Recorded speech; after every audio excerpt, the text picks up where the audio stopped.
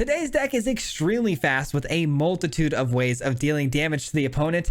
And let's be honest, if they're not packing a ton of early game removal, they're going to be dead before they even know what hit them.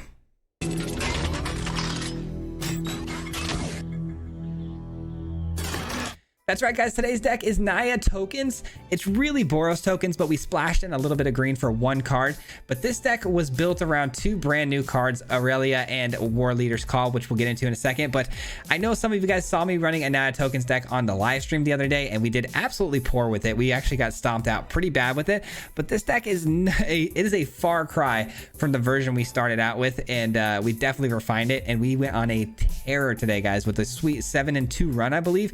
But it all starts with War Leader's Call. I'm sure a lot of you are familiar with this by now, but it's an enchantment that gives all your creatures 1/1 in power. But anytime a creature enters the battlefield, we're pinging the opponent for additional damage, which is really nice. And this immediately called out to me because I love Bard. And if Bard has ways for other creatures to be pumped up on the battlefield, you're going to be spitting out tokens. So if you follow a Bard up with the War Leader's Call, you're going to be spitting out a ton of tokens. And you're going to notice that synergy is throughout the entirety of this deck. What really kind of unlocked this deck for me is the early game. We got the Enduring Bond Warden and a Kumano, which both, if one of these comes down on turn 1, it will trigger the Bard immediately on turn 2 to spit out a token, which is where the real value starts, right? Because this is going to give the Bard a 1/1 token on turn 2. Bond Warden is going to come in immediately with the token, making Bard trigger as well. We've also got Inti. Also pumps the field, gives 1/1 counters, and because we're giving 1/1 counters, we've got a Nim, obviously going to be putting 1/1 counters on this, spitting out a bunch of gnomes, triggering into Bard. A lot of synergies are happening here. And then on the top end with one green, only one green spell on the deck, it's Jetmir. This thing closes games on the drop of a dime. We've done it today in the video. It's dumb how powerful this card can be, especially with how many tokens we generate.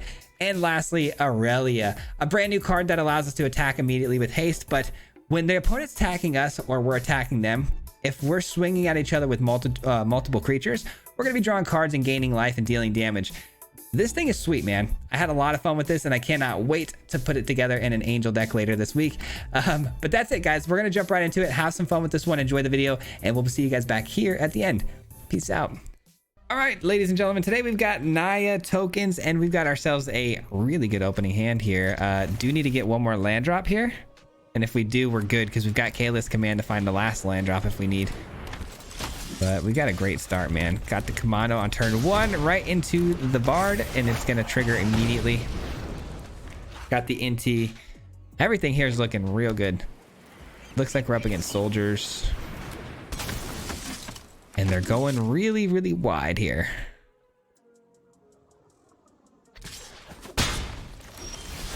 We are also going wide though, so let's see who's a little bit better at doing so. I mean, if we can get our war down onto the battlefield and pump up our field as a collective, that would be really nice. I don't like that they touched the Bard. Hopefully there's no sort of kill spells here. I doubt there will be, but exiling effects like Brutal Cathar are a thing. Interesting. Are they going to swing? They don't. They don't attack into us. We love that. You know what? I think what I'm gonna do here is I'm gonna do the Kayla's Command, but I think I'm gonna scry and create a 2/2. Seems good enough for me. Don't need that. I do technically need another land to get down the Aurelia, so I will keep that on top. I don't love it though. I'm gonna be honest with you guys. I don't love it.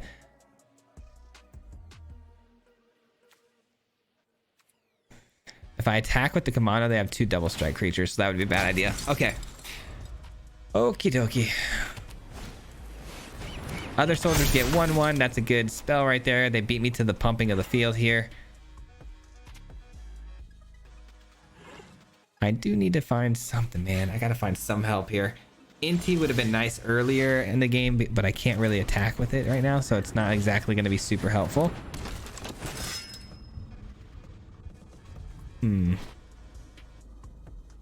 Any creature attacking will trigger it. Maybe I just got to give up a 1/1 here. Drop a card like this Inti and try to find something playable. What if the top card's not a 2-drop though? I don't think we can do it. I think I got to pass the turn here. I hate it, but I gotta do it. Well, as soon as they find their ability to give flying to everything, it's gonna get ugly for us. So I've gotta find my spells before they find theirs. Gotta find it. The good news is we have Aurelia coming in next turn, which can get really interesting for us. Really? We're sending it, huh? We're sending this, are we?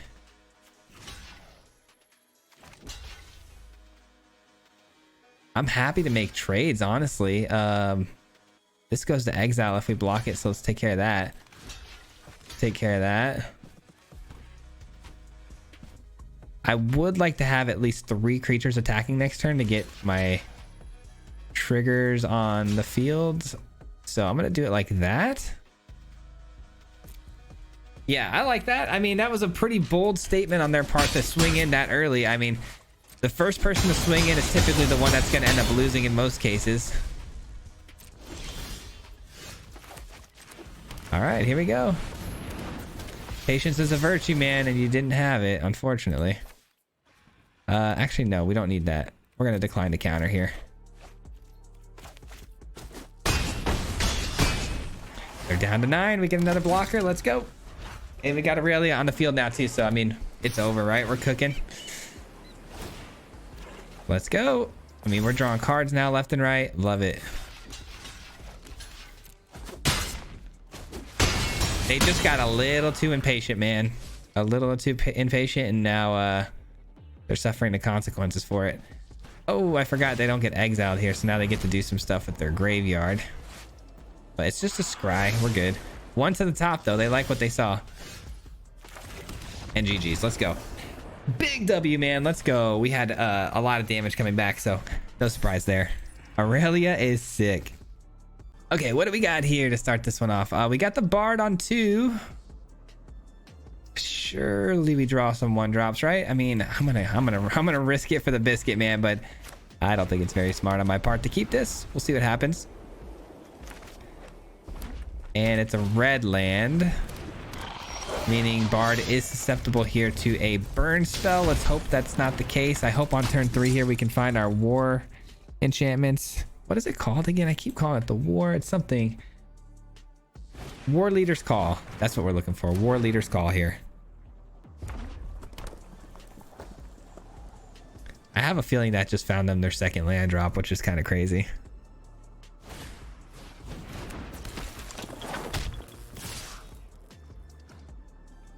That's not right. Yeah, there you go. I was gonna say that's not correct, right? Did they kill the Bard? There's a chance they don't. Cool, nice. And we get a really helpful spell here, which is gonna be Bond Warden, and it's gonna trigger the Bard's ability. And we stay defensive here until we can get the Wandering Emperor down. Once we get that down, we should be fine. We should be rolling at that point because we can start doing some exiling, gaining some life, and then Jetmir will be a one-shot. So I like my chances here. That doesn't have trample though. Now it does. I had to say it didn't have trample, huh? Okay, 6 damage. I mean, what can you do, man? I mean, I could kill it. Technically, I could kill it with this, but I mean, here's the deal. If I block here, it deals 4 damage, right? And then it throws 6 damage to my face, probably. If I don't block it, they deal 6 damage, and then they probably blow up my Bard. I like that better. And then I can just exile it with the Wandering Emperor if they choose not to kill it. Like if they choose not to sacrifice it right here, I'll just exile it this turn. Perfect. Okay. I'm down. I am 2 down. I'm not overconfident. You're just underwhelmed. My judgment is fine. All right, let's dance. Yeah, if I would have blocked with the Bard there, I think that would have been worse. I feel like that could have been really bad. We got out of that one relatively unscathed, which is pretty cool. All right, that turned out into a 3-2. And they scoop. Yeah, I mean, there's really nowhere for them to go here. They attack in. I double block this. This gets the 1 counter. The Bard keeps spitting out value. We get another 2-2. We exile that. It's all good stuff, man. GG. Yeah, man, I'm telling you guys, if you were here for the live stream and you saw this deck in action, it is by no means at all what it was when we left that stream. This thing is so much better now. I feel like it's a lot cleaner, a lot more dialed in. The mana base is better. Everything's so much better. And that's the process, man. That's the process of building these things, man. They take a long time to get, you know, in the spot that you'd like, but... All right, looks like Inti's coming down, and it's going to be okay for at least a turn here. It might be Selesnya enchantments. Been seeing a lot of that.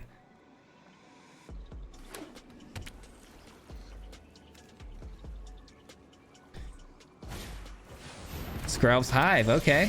Didn't expect that.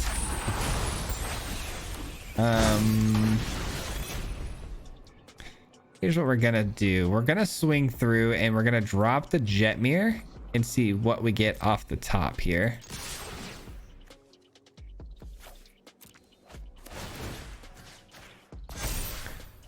Another land, which I can't really afford to play because I'd like to get the War Leader's Call down. But it does open up the door for, yeah, I think I got to pass on the War Leader. Oh, I can play it. Oh, because this counts as red. Duh. Okay, I'm sorry. I misunderstood my own lands there for a second. I forgot that these can play the legendary creatures, but once the legendary creatures are on the field, they also now count for that mana base. So it actually worked out great. I almost screwed that up.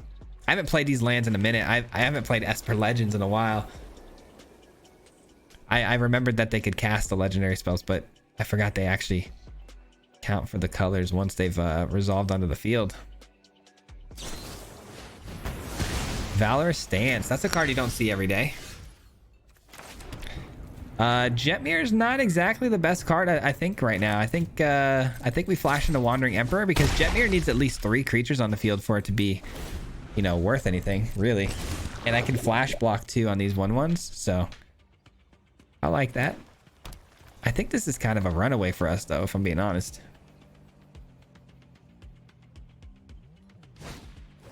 Sure. That has Toxic 2, and whenever another creature you control with Toxic attacks, it gets 1/1 to the end of turn. Okay, that's not great. I can't really block now. Not that it really matters. Alright, cool. They only got 1 Toxic counter on us right now, so we're looking pretty good. Looking pretty good. They can't block with that, so I mean, yeah, they're in a really bad spot here. They're in a really bad spot. Remember your training. Gotta block. Gotta block both of them, by the way. That'll buy him at least 1 more turn, but they've only got 1 Toxic counter on us or poison counter, so the Skrelv's Hive is going to keep pinging them for 1 damage as well. My War Leader's Call is pinging them. I don't see a way out of this for them no matter what. And all my creatures have Vigilance, so if they have that Wandering Emperor, it's not going to help either. So, I'm guessing this is going to be a GG's here. We might see their head explode any second now. There it is. Boom! Got him. Let's go. GG's. Nice little tear up right there. We needed that. Okay, this hand looks spectacular. We're going to keep this one. It's not perfect. We don't have the Bard, but I mean, it's pretty darn close to perfect. We've got a nice curve out right into a Nim. Love it. That's a pretty good card too. Don't really need it yet. Definitely going to prioritize a Nim on 3 as opposed to the Kalis command, but we do have the Enduring Bond Warden that comes down now with an extra 1/1 counter. A little extra sauce to it. A little extra sauce, and if they block here, they're gonna lose that veteran for good, which you know they don't want. All right, and if we don't happen to find the land drop here, which we really need, oh, you know what? We don't have double white. Never mind. I was gonna say we could play Kalis command, but we're actually lacking in the white department, so we do need a land. Let's root for that. Come on, land. That's a cool little combo right there. Great sacrificial tool for them. So they're tokens, clearly. Clearly. Do we attack in with the Anim? Because the Anim's going to go to a 3-4. They could technically take all 4 of these and block. If they do, though, I'll just play the other Anim out and start fresh.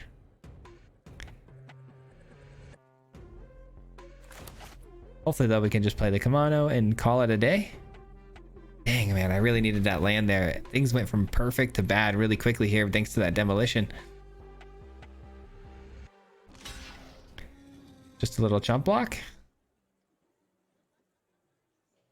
You got to think the opponent's playing, you know, big time from behind here, though, because they've got to play defensively. I mean, got to send some of these away. And if you don't kill the Anim now, you're not going to be able to stop the bleeding on that thing. But they allow it.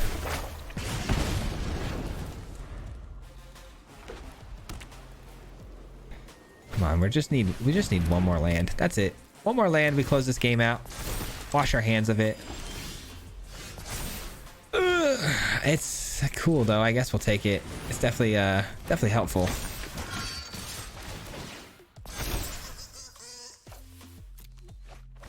Give me a land. No. I don't know why I'm upset. We're definitely winning this one, but would have been nice to just slam this and really make them tremble with that double strike. You know what I mean?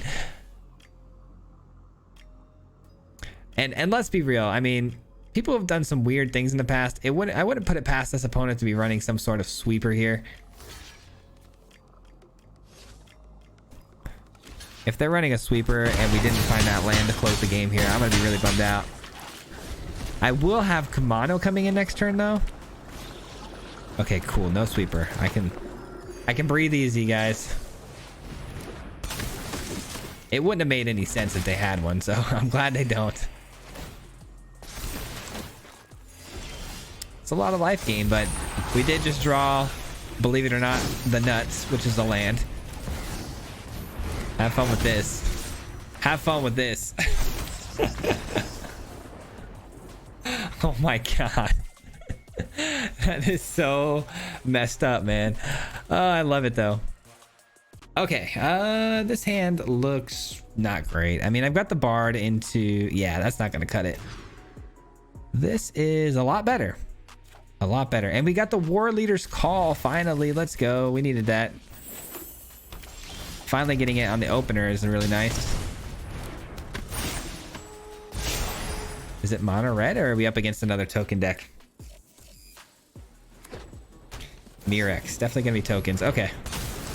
Can we beat them? I think so. I think so. I know they started out here with the Resolute Reinforcements, but we're also gonna be gaining some tokens here, so should be able to keep pace with that. And then Inti coming down, or do we go? I think we go obviously War Leader's Call, right? We gotta.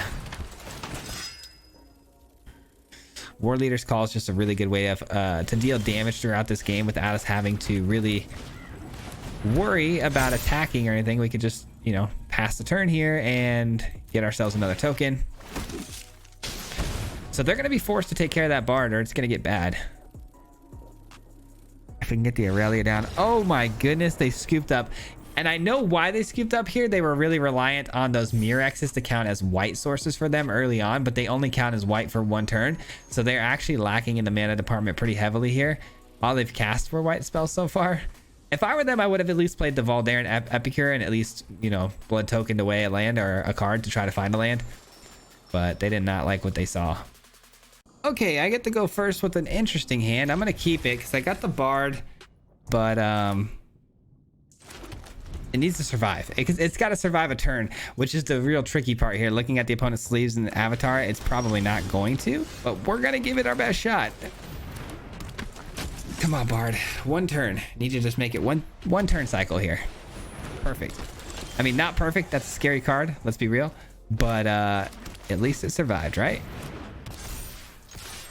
Let's get aggressive.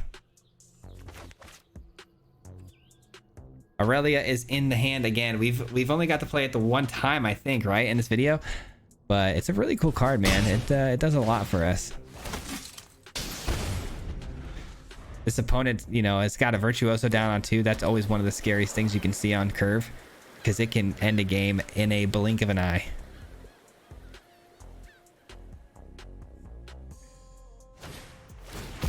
Yep, and it already starting. Here we go. The good news is they don't have any green, so there's no trample, but blue does offer up some options for flying, so I don't know, man. I think we gotta let the first attack get through. Hear me out. The first attack we let get through, because if I block with this token, you know, I chump it, great, we don't take damage, whatever. Never mind. Scratch what I was just about to say. Scratch all that. I was about to explain my position there and why I wasn't gonna block, but no need. Ooh, that's a card. That's a card, but if I play it now, I'm not exactly gonna be able to trigger the ability on it because this has 3 power now. I think I gotta go with this. Darn it. Would have loved to have played the Nim there. I really would have, but it just doesn't make any sense in this position. Not with a double strike creature out there. No attacks this time. This is instant or sorcery speed. Okay, either way, no attacks because I'm sure they pump it up and we die. All right, please don't Fading Hope away my 3/3 here. I'm fine with all that. Don't destroy my 3/3. I need it to survive in order for me to chump block this. I don't care how big you make it, as long as it doesn't get trample or elusiveness here. No flying. There is an enchantment, you know, what is it? The bypass. If they get bypass, oof, we're toast. Its ability to connive too is just gonna find them the cards they need so easily. I'm telling you guys, Virtuoso is the single most scary card I ever play against. Every time I see it on turn 2, I've lost every game, including this one. I don't get it. I don't get why this is not like S tier. I mean, I do get it. It's very hard to get the Virtuoso guaranteed onto and then start pumping it. But I don't think I've ever ran into a person who was running Azorius or, you know, Bant and didn't find the Virtuoso on 2. Very strange. Okay, what do we have here? Opponent goes first. I can keep this hand strictly because the Inti kind of saves us here. Yeah, I'm gonna go with that land first. All right, yeah, we're definitely going Inti on 2 here. And then we're gonna go into the Bard after that. And then hopefully right into the Jetmir. All of that seems pretty darn good. Okay, never mind. What's the plan, man? It's got to be this. I guess the Inti again is the play here, unfortunately for us. End the turn. Doing some removal here early, huh? Okay, I have an answer. I have an answer, and I will go for said answer here. Let's pass the turn. Got the Jetmir ready to go too next turn, which is nice. So we exile this. We give the 1/1 counter. I hate that we have to give him a card here, though. It's always a bummer when we have to give up advantage like that. No blocks. Here we go. I know it's going to resolve, but as far as them removing this off the field, very likely. Feel the energy of battle, then guide it like water. This is what you get. Appraiser. Okay, so we do get the Wandering Emperor plus here, which is nice. Or not. What does that do? Deals 3 damage to... Hold on. Whenever it enters the battlefield, deals 3 damage to target creature opponent controls. Whenever 1 or more creatures dies, mill a card, put a blood counter on this. Then sacrifice it if it has 5 or more bloodstain counters on it. When you do, return target creature card from the graveyard to your hand. To your hand. Okay, that's kind of key. Let's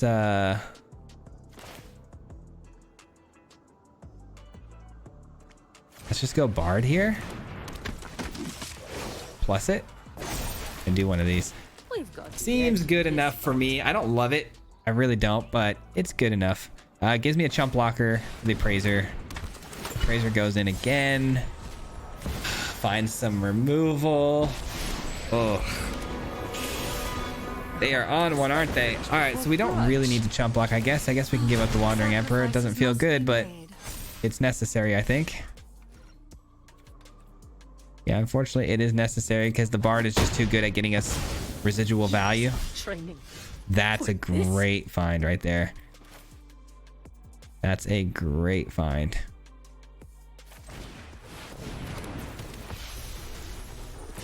Let's do this. Get rid of it. Get another chump blocker. Fine. I know what if they don't find removal for one turn here, we're good. I guess that is also pretty good for them too. They take Jetmir pretty quickly, I would think. Yeah. Okay. A Nim is going to be the play then. Ooh, maybe actually. Maybe it's not. Maybe this is the play.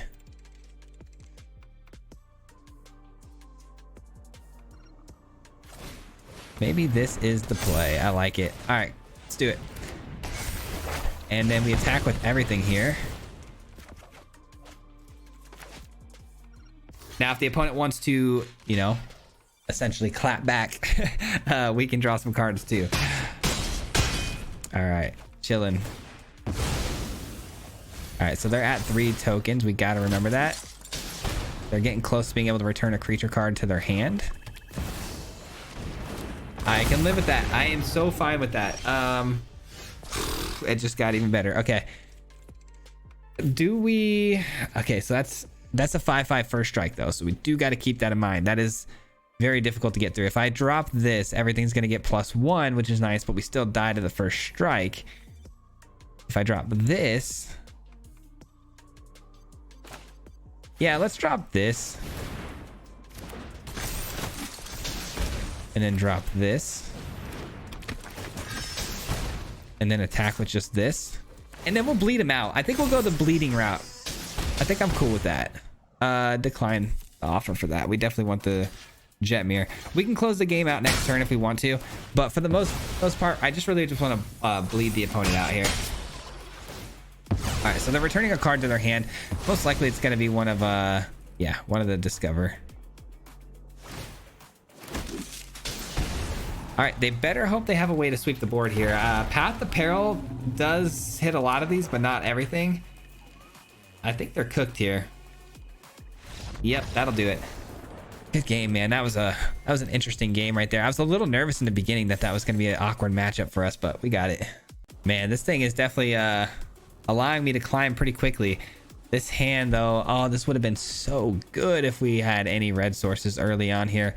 Gonna have to drop that. This is really solid. Very solid. All right, let's go.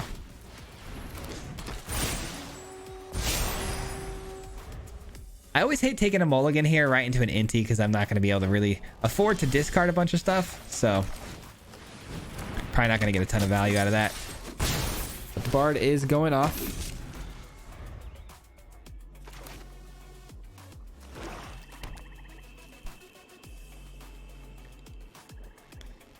Opponent is running potential removal spells here. That's a card. If I give the 1/1 counter and double strike, that is kind of cool. That is kind of cool, but I could just give a 1/1 counter. Yeah, here's what we'll do. Actually, no, I won't be able to get the 1/1 counter. Ah, shoot. I'm going to pass the turn. I don't know what I was thinking there. I was thinking play the Inti, attack with this, give it the 1/1 counter, but that would require me to drop a card, and I really don't want to do that, especially when I know the next card's not going to be playable. Glissa. Sheesh. Okay. Yeah, we let that get through every day of the week. That's a good hit. That's a good hit.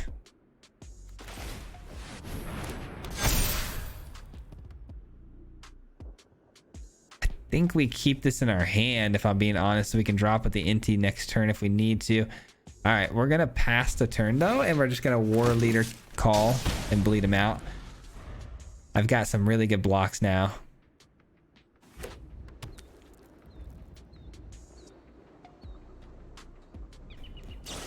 Ah, we hate that. I do get a land, though, but I do hate that.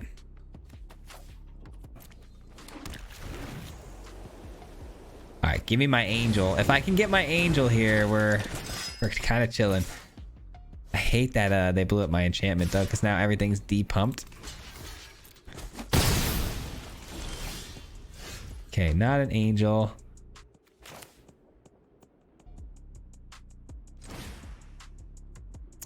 Let's scry and then create another construct. I think we just try to go wide here because eventually we're going to find... Ooh, that's a good find.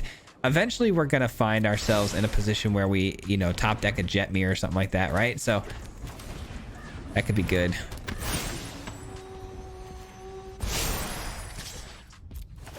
All right, we swing through with the 2-3 because if they want to block, that's fine. We put the counters onto this one.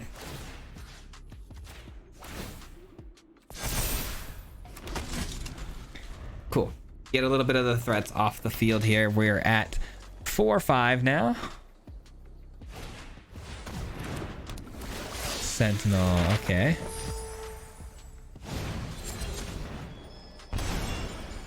Okay, so we got the 4-5.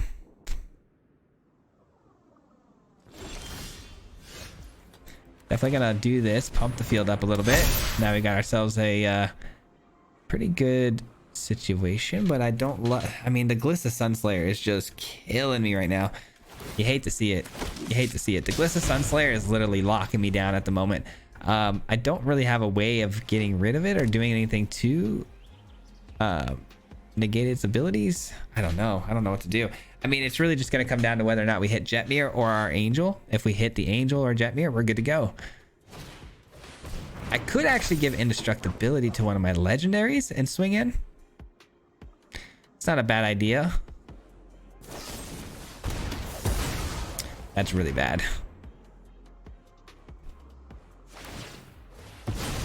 That is really, really, really, really bad. All right. Okay, yeah, I figured they would do that because I could technically like 1, 2, 3, 4. I could block with like 4 or 5. Yeah, no, that ain't. No, let's just do that. Because that really does kind of open up the lane here for an attack, which is good.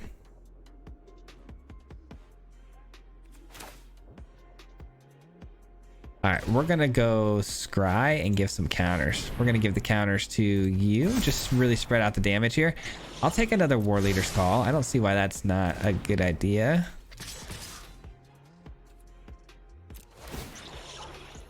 Let's see how they block here, if they block at all. Death Touch, yeah, we pass the counters off to someone else. This kills that.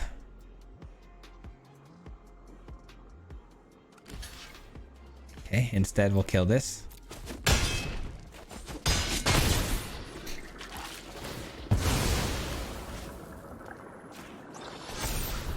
All right, we got a 7-7 on the Inti now. Got another War Leader's Call coming down next turn, and pretty solid attack then. Gosh, I don't know what to do here though, because we're losing value without the Bard on the field spitting out tokens every turn. We're kind of losing value. I don't know if I necessarily played this game as well as I could have. These Mosswood Dread Knights, you know, they got us pretty good here in a lot of ways because, you know, they just kept coming back.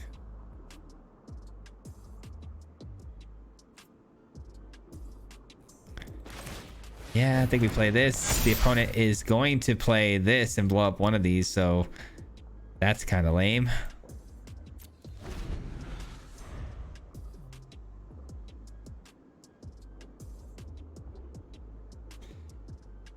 I need to find like in a Nim.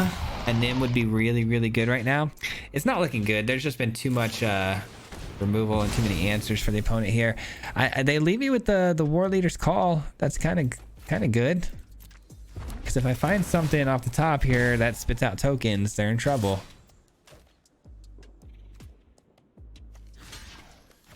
Come on, give me something here. Give me something here. Ah, that's gonna do it. That is gonna be good games. Unfortunately, just top deck the land at the worst possible time. Ran out of juice. We just ran out of juice. I didn't play that very well though either. I think that could have been played in a multitude of ways where we probably could have come out with a W. a better pilot maybe would have been able to pull it off, but not me. All right, what do we have here? We got ourselves actually not a bad start, believe it or not. We got Bond Warden into an Inti. We attack, we get the 1/1 counter, drop the Aurelia. Seems pretty good. Ooh, even better though. Even better though. Let's do that. All right, let's cook, man. Let's cook. We got the Jetmir, we got the Aurelia, we got our 2 closers in hand here, the cards that we were missing out on in the last game, but who's keeping track, you know? Yikes. Okay, Bitter Triumph, this tough there. Oh no, I've seen this deck earlier today. It's like an infinite looping sort of situation. Oh boy. Let's hope we can get them dead before that happens. Give me a land, give me a land, give me a land, give me a land, give me a land. Yes. And then keep the lands coming, please. I would really appreciate it. Yeah, so basically their game plan here, if you haven't seen this before, guys, is they're trying to get this reanimated onto the battlefield, and then they can go ahead and collect 10 evidence then instead of paying mana to cast spells. So then they can just play things that keep casting Breach from the graveyard over and over and over again. It's really, really annoying. Which means we really have to get to Jetmir here if we're going to win this game. I'm going to go ahead and just attack in and drop the Aurelia here because it's basically going to be Jetmir next turn or bust. So let's just get some 1/1 counters because I think we need to put some pressure on here. Put some pressure on the opponent.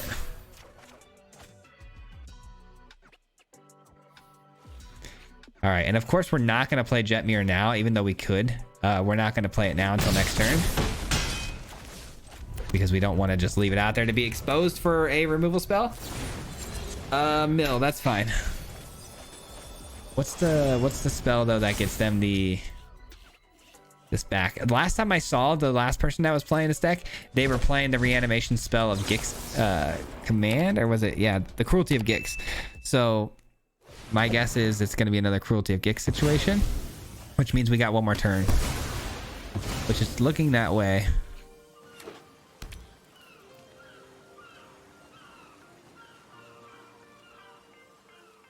They put a body out in front, and it's a big one too.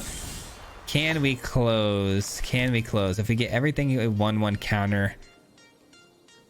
No, we definitely don't close here. Jetmir does not finish the game here, guys. Oh man, as much as I wish it did, it just doesn't.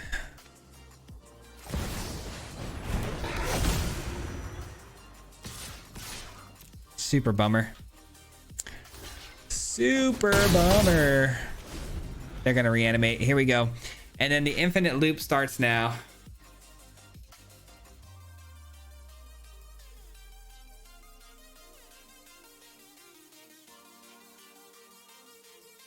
Hold. Hold. Hold. Nobody get too excited yet. I don't quite understand this deck 100% just yet. I've only seen it once. So let's not get too excited yet. The hype is not 100% yet.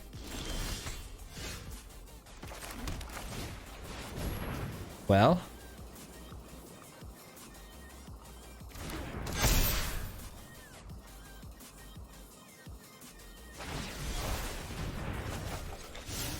I win. That's what I'm talking about, man. That's what I'm talking about. Thank God they didn't have the Cruelty of Gix, dude.